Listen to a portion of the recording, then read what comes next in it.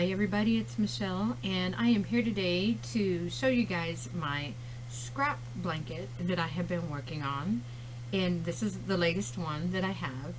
And I had some questions about how I made it. People were asking for a pattern, and there's not really a pattern for this blanket, but I will show you guys how I put it together. For this blanket, I decided to make it very large to fit my bed, which is a queen size bed. So what I did was I just simply started with scrap yarn and my G-hook, and I chained a very long chain, and I kept going back and measuring it to the size of the bed from the headboard to the foot to get that long length, to figure out how long I wanted it. I don't remember how many chains I started with. I just eyeballed it, tried to figure out how long I wanted it, so I had plenty of overhang on the bed so it could be really big and I don't have to worry about my husband stealing the blankets from me in the wintertime. So it's probably about at least 200, maybe 250, but I don't have the exact number. So the simple chain, and then I just started basically double crocheting. These are all rows of just double crochet, and these are all of my scraps from all kinds of projects that I've worked on.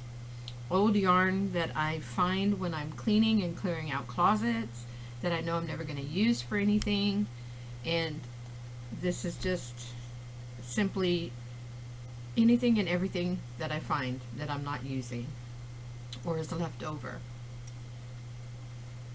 And I will put a picture just to give you an idea of it laying flat right here.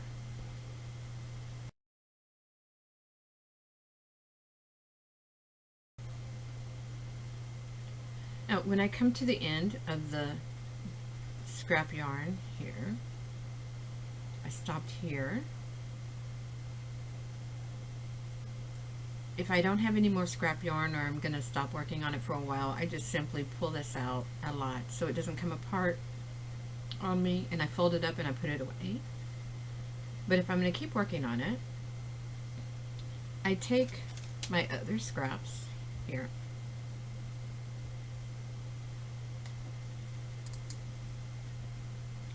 and I just tie it on to this piece here, just with a double knot. Just tie it together, and that's it. And I leave it just like that, and I just keep going with the crochet.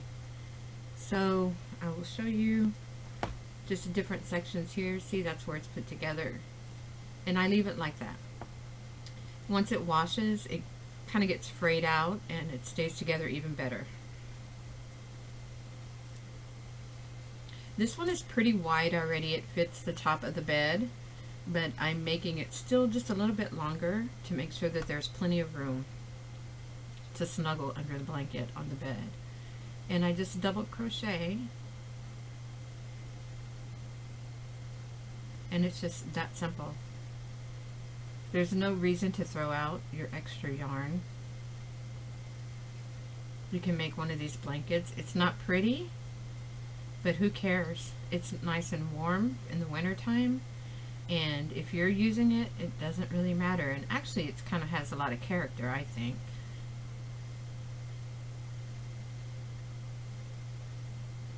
See?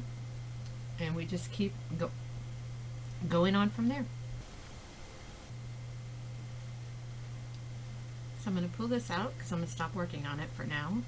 But not only do I use ends like this, I also use pieces like this that I have laying around that I'm not going to use. I was going to make a blanket making panels, but I decided not to, and so I'm just going to pull this apart and add it to here. I already did that with one here in the green,